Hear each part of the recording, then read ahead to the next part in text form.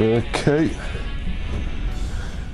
Alright, so welcome back. Another miniature Wargames review. This is of November 2017, issue 415. Front page hook is Scratch Build Rivers and Asteroids. Fantasy Battles. Wow, you know I was moaning about absence of fantasy in here. Quite excited by that. Great new products, Colours 2018 show and the Silent City guide. Got a new microphone. Hopefully you can hear me a bit clearer. So there we go. Oh, Derby Wills.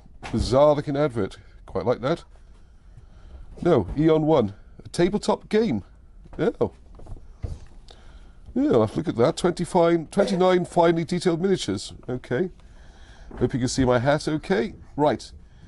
This has got some short introduction from John Treadaway. Talks about some changes.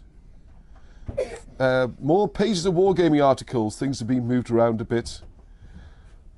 Reports by hard-working gamers up and down the country.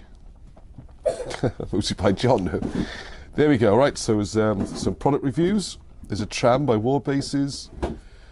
The Road to Berlin, the Bolt Action book is reviewed. Some minifigs, tanks and explosions. Pendragon there. Okay, this looks quite good. This is a bit of a trick, okay, because it's the picture of the elephants, like, wow, they look so cool. Warlord, but actually most of it's about vehicles and tanks and stuff, and a little bit about the new elephants from Warlord, which I have to say, look very impressive. We've got some World War II 20mm, always comes in useful for your bolt action, that kind of thing. Right, so anyway, to get to the magazine, got Wild West F is the first big article. Star of the show, as always, Conrad Kinch. Good to see him move to the front of the magazine. And this is Rolliker, the Peninsula War. Now this, I could not believe. Last Thursday, at the club, I borrowed my friend's Command and Colours Napoleonic. Always wanted to read the rules, very interested in it. And we played the Ancients version. First time I played it, thought it was excellent. And then, by amazing coincidence, this week is an article by Conrad on how to use your Command and Colours Napoleonics rules to make some scenarios.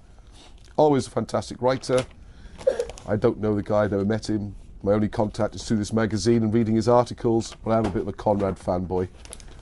And it's got how they set this game up with his mates over in Ireland, how the game played, how they set it up, comments on the rules, what they did to change things around a bit, and then actual deployment and everything. See, it's great if you got the Command and Colours. You've pretty much got a full scenario. So I was really excited. I was like, wow, amazing timing. It's like it's been written for me. Looks great, and I'm going to give it a go. Looks excellent. All right, Gringo's advert, some really nice looking stuff there. Oriental range. Coming out at Crisis 2017 Opium Wars. Yeah, looks good. Right, this article lumbers on. This is the Reinventing an Old Friend. Part 3, John Sutherland. If you've been... what are you doing? All right, there's my hat. I like to provide an interesting backdrop. It's not exactly James Bond, is it? There we go. Okay, so this is about the hoplite warfare. It's a long old article, and this is part 3 of it. This one's a bit more interesting. It's got a table for generating terrain. Although my sort of tournament gamer's eye, I can see a few holes in it. But there we go, some ideas. There's a massive cross table then, where a system whereby defenders pick a piece and attackers pick a piece, and you cross-reference, and that's the compromise piece. So, hey, some nice looking pictures of hoplites and stuff. Okay, and then an advert for Warfare. It is the Sunday I'll be going, I guess November 19th, I believe. Yeah, November 19th, because we've got a new microphone. Right, we got editor's review of Colours 2017. That's a good review. The only frustrating thing, if I was a member of Newbury and Reading, is that the change of the show is now 1 day, so 2, and the first chunk of the article is about our 1 day or 2 day shows better, and was that a good decision? I think that should be a separate article. This is a review of the show. I want to read about the show. Anyway, it's quite a lot there. Beautiful photography. Mr. Treadaway is an excellent photographer, so that's a good read. I was at the show. This is fairly comprehensive. there you are. You see, I've done part 1 of my 3-part review as videos. I think it's an excellent show. I think it's one of the best of the year. Sorry, I should explain the Newbury show at the Newbury Racecourse. So it's confusing to the name of the club. Anyway, advert for Warpath. Sorry, that's a bit too quick. Okay.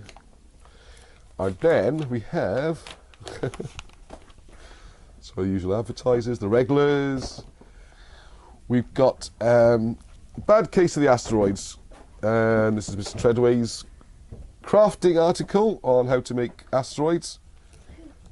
Basically get some, it's very good. Just where you get some sponges, rip them up, dunk them, paint them. There we go, we've got a few pages on that. This, sorry, more adverts. Very interesting article here. The Silent City. Chris Pearce offers us a guide to the armies of Ray Booba, which I have to admit I'd never heard of. It's interesting. It's like an anachronistic army of, in Africa, heavy cavalry, going on right up until, well, 20th century. They're still around. This amazing hidden kingdom. So I enjoyed that. And I do complain a lot with magazines where there's too much historical in general rather than wargaming. I think an interesting niche like that's very good. Some nice eye candy from Mr. Dallimore. See, now with my new microphone you can still hear me. I can do this kind of thing. Okay, interesting. I'm not sure how it would work in a war game. Did you put my hat away yet? No. Alright, so, oh, and some special rules and some ideas about how to use them in a war game. Not sure who they'd fight against, but there we are. That's interesting. Or adverts. And this is the one that always makes me laugh. Dark Horizons Fantasy Facts, or Hammerers Facts as we call it, because it's nearly always they're based around the Hammerers kind of near future. Okay, so first of all, review of the new Star Trek figures to go with Star Trek, is it role-playing game? Yes, Star Trek role-playing system. What you'll find with the editor here, anything after about 1964 is rubbish. Everything was done in the 60s. Well, Stingray, Thunderbirds, William Shatner as Captain Kirk. No remakes are allowed. Anything modern's rubbish. So, yeah, it's a slight padding, but the figures are excellent. And I don't know, I thought the spot likeness is pretty good, I thought. And of course we got the usual sci-fi tanks. 1947, sort of modern sci-fi stuff. Okay. And then Daleks, as you can see. I love it's called Fantasy Facts, but it's in the office all sci-fi. Oh, they look quite cool. So 28mm Wargames accessories. I did read all this, by the way. These look fantastic. Lovely figures. 70, the Crooked Dice games there. Okay. Oh, I'm on next month. Hang on, just got to think about next month. I missed that when I read it. Just in, with no space for review this month. A new narrative-based role-playing skirmish-type fantasy game that I picked up the colours called The Woods. Oh, is that the Celtic thing I looked at? That would be good, because it is actually fantasy. Right, now, the big hook on the front page. Fantasy Battles. Portable Hammer. Imagine my excitement, because one thing I love doing, it's taking rules and adapting them to fantasy, or, you know, just tweaking with things, not being a slave to history. Just my style, like historical gaming as well. I saw all this, I got very excited, and it's a big old article, beautiful artwork to go with it, painted figure actually, was very well done, loads and loads and loads, tables, all that kind of stuff, and then order more and more, and as you work your way through it, and to be honest, I'm not sure how many people really will, I might save you the trouble, it's really, well, 7 pages of it. Could have written a rule set, 7 pages. What this article really is not fantasy gaming at all, really. It's well, it is. I mean, what it's talking about is how to adapt one of your favourite sets of rules to allow for fantasy figures. Unfortunately, most of this article is stating the bleeding obvious, to put it bluntly. Like, hey, if you've got orcs, why not treat them as heavy infantry? You've got heavy infantry, treat them as heavy infantry. What I couldn't understand in this is just the kind of, I don't know, just tell you, stating the obvious, is so much pages taken up by. Well, I'll give you an example. Okay, there are two types of cavalry: light cavalry, who are the more mobile, mounted equivalent of light infantry, such as goblins and orcs riding wargs or wild boars, and centaurs from Greek mythology and C.S.'s Lewis Narnia! Exclamation mark. And heavy cavalry, who are the more mobile, mounted equivalent of heavy infantry, such as the Knights of Minas Tirith and the Rohirrim. Well, yes. It tells you what monsters are. It tells you what a flying creature is. I just don't really get it. And of course, we've got the usual editor's interruptions. I think in one page alone there's 4 in this article. If I'd have written it, I'd have been going crazy. And okay, I'll give you an example. Here we go. Portraying troops from fantasy fiction, blah blah blah. Whatever approximates to a particular type of warrior creature in your chosen source material. For example, you've done it. Hey, that is up. For example, you might consider that the Rohirrim from J.R.R. Tolkien's Lord of the Rings are heavy cavalry, while orcs and goblins from the Misty Mountains are a mixture of spear and bow armed light infantry. But the Uruk-hai of Isengard are heavy infantry or spearmen, or even pikemen, if following the Peter Jackson film trilogy rather than novel, brackets, heretic, Ed. Another thing you can do is adjust the unit strength points, movement rates and weapon ranges if appropriate. See, this kind of general conversation about the units, I think, yeah, okay, great. Let's have a general chat about, you know, which units are best represented by the following and that kind of stuff. This kind of just drags on, and then it reproduces loads of chunks of rules from the portable wargaming, which I haven't played, and I've heard it's very good, so I might give that a go sometime. 7 pages. There's some interesting ideas, like for things like Nazgul, which of course it's the editor says you can't call them Nazgul, you have to call them fell beasts with you know, someone on the top. Anyway, the point of this, sorry, I lost my track a bit then. But anyway, the point of this is that it would have been an interesting discussion to say, in general terms, how can you portray fantasy armies using standard rules. Magic's always a big problem, because you underpower it, why bother? Or you overpower it, the game becomes a magical duel, getting the balances right. I think that's where Dragon Rampant went wrong. But if, for example, you're just going to give, like it says in here, treat fireballs as like, I don't know, an artillery attack.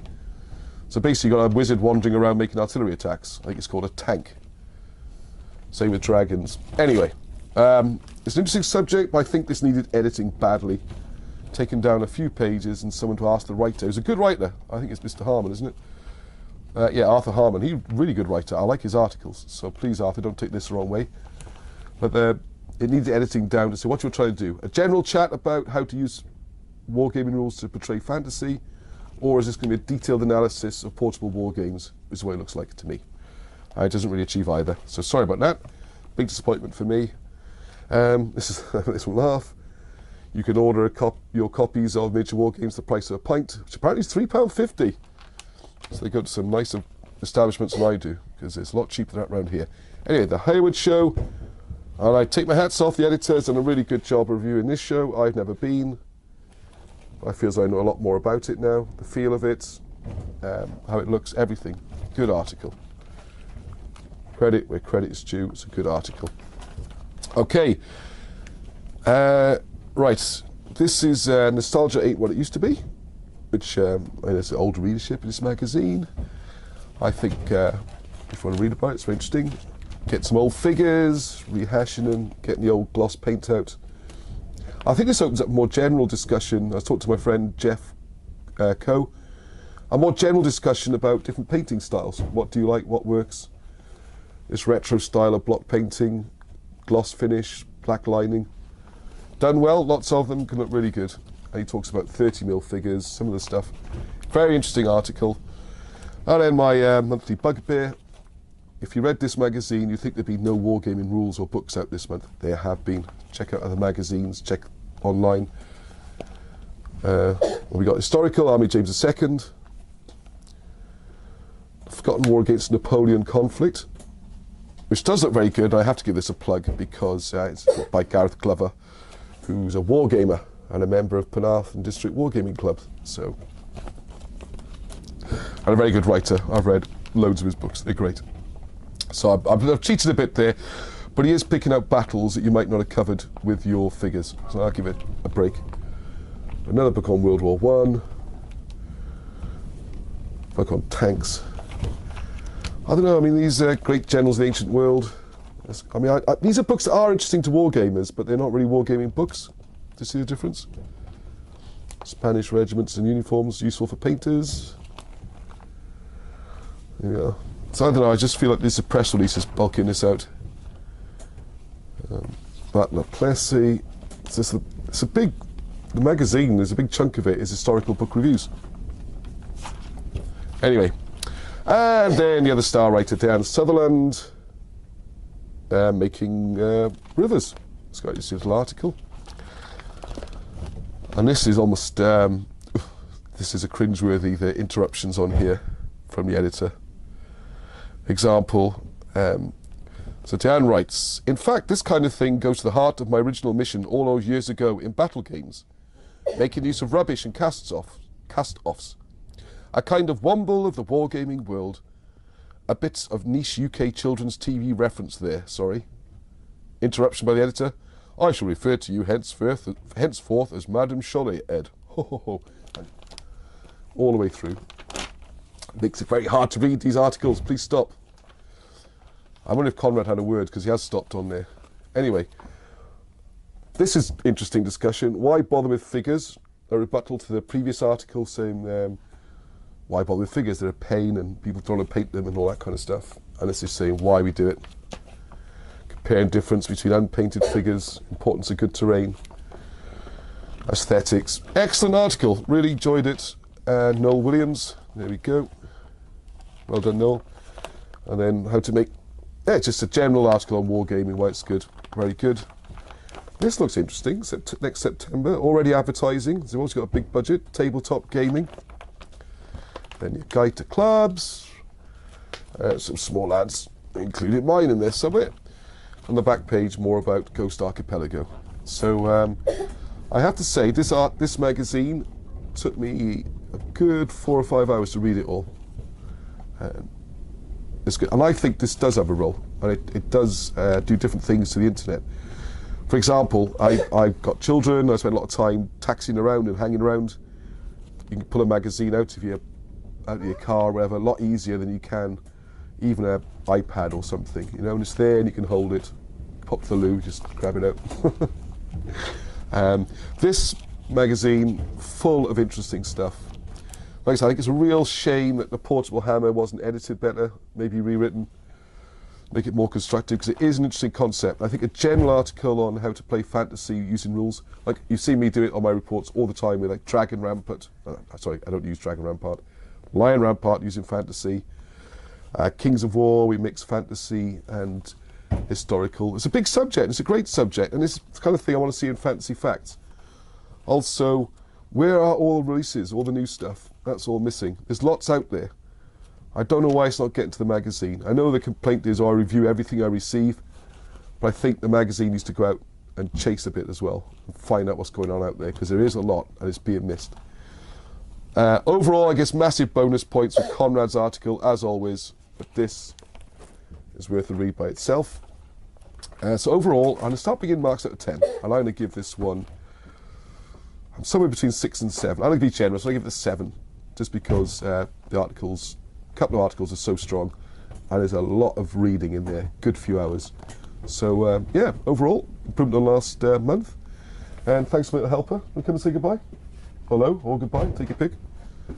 You say hello, goodbye. Hello and a goodbye. There you go. All right, and there's, put my hat back, thank you.